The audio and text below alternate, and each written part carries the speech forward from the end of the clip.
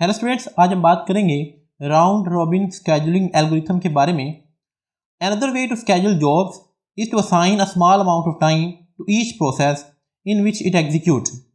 Processes को schedule करने का एक तरीका ये है कि हम हर प्रोसेस को एक स्पेसिफिक टाइम दे दें और उसके मुताबिक हम तमाम प्रोसेसेस को स्केड्यूल कर दें।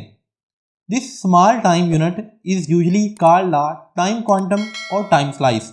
ये जो हम टाइम एलोकेट करते हैं, इस टाइम को हम टाइम क्वांटम भी कहते हैं या इसको हम टाइम स्लाइस भी कहते हैं। The job is allocated to the CPU for the time quantum.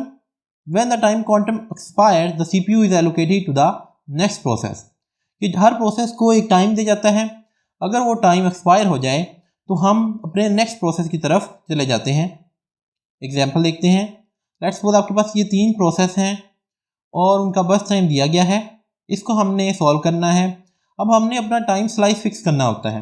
वो आपकी अपनी मर्ज़ी है कि आप जितना भी टाइम स्लाइस यहाँ पे सेट कर लें। लेट्स सपोज मैं 4 यूनिट टाइम स्लाइस सेलेक्ट करता हूँ, यानी कि हर प्रोसेस को 4 यूनिट टाइम मिलेगा, फिर हम उसको छोड़ के नेक्स्ट प्रोसेस के पास चले जाएंगे। तो अब हम सबसे पहले इसका गैंट चार्ट बनाते हैं। सबसे पहले हमारे पास 0 टाइम के ऊपर हम प्रोसेस 1 को लेंगे और प्रोसेस 1 चलेगा 4 यूनिट टाइम, क्योंकि हमने जो टाइम क्वांटम सेलेक्ट किया है वो है 4। फिर प्रोसेस 1 के बाद हम प्रोसेस 2 के पास चले जाएंगे। प्रोसेस 2 4 यूनिट टाइम के लिए एग्जीक्यूट होगा, लेकिन प्रोसेस 2 बस टाइम ही 3 है उसका, तो यानी कि ये सिर्फ 3 तक चलेगा, फिर ये प्रोसेस ही खत्म हो जाएगा। तो 4 से आगे 3 आ जाएगा 7। फिर इसके बाद 2 के बाद हम 3 के पास चले जाएंगे, प्रोसेस 3 एग्जीक्यूट करेंगे। अब प्रोसेस 3 का भी बस टाइम हमारे पास 3 है, तो ये भी 3 यूनिट टाइम चलेगा, यानी कि 7 से 10 तक। अब हमारे पास रिमेनिंग रह गया है सिर्फ प्रोसेस 1, तो दोबारा से प्रोसेस 1 को चलाएंगे 4 यूनिट टाइम के लिए 14 तक, ठीक है। फिर हम इसको प्रोसेस 1 को ही चलाएंगे क्योंकि हमारे पास कोई और प्रोसेस नहीं है, 14 से 18 तक। फिर 18 से दोबारा प्रोसेस 1 चलेगा 22 तक, फिर अगेन चलेगा 26 तक, फिर अगेन चलेगा 30 तक।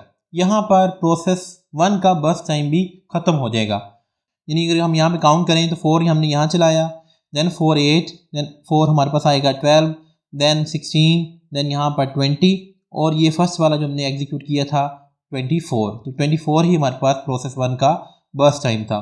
तो इस तरह से हम राउंड रॉबिन स्केड्यूलिंग एल्गोरिथम के अंदर अपने प्रोसेसेस को स्केड्यूल करते हैं कि हम एक फ़िक्स टाइम स्लाइस बना लेते हैं, यानी हमने यहाँ पर बनाया था 4 और उतना टाइम स्लाइस हम देते हैं प्रोसेस को। उसके बाद हम जंप कर देते हैं अपने नेक्स्ट प्रोसेस के पास। आई होप आपको क्लियर हो गया होगा कि राउंड रॉबिन स्केड्यूलिंग एल्गोरिथम के अंदर हम प्रोसेसेस को किस तरह से स्केड्यूल करते हैं। आज के लिए इतना ही, मिलते हैं नेक्स्ट लेक्चर के अंदर। Thank you very much.